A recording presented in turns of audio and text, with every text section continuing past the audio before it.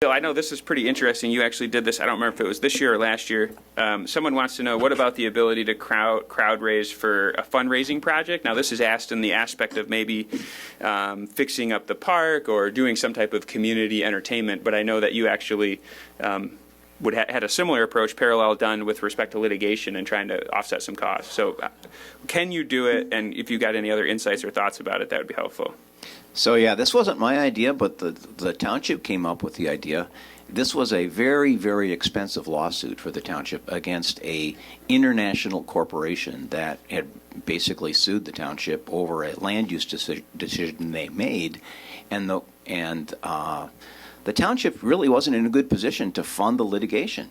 So they did a GoFundMe to raise money to basically pay my legal fees. And they raised a lot of money. So you can see we like crowdfunding. Now, the question that was raised, however, by the requester was, well, what if you do that and you don't raise a lot of money? What if you don't raise the amount that you needed to, say, build a park or something like that? Can you then just use it for something else? And the answer to that question would be no, because if you used it for something else, you would have gotten that money under a false pretense, right? And actually your obligation, if you do crowdfunding and you don't ultimately use the money for that purpose, is you have to give the money back to the people who contributed it.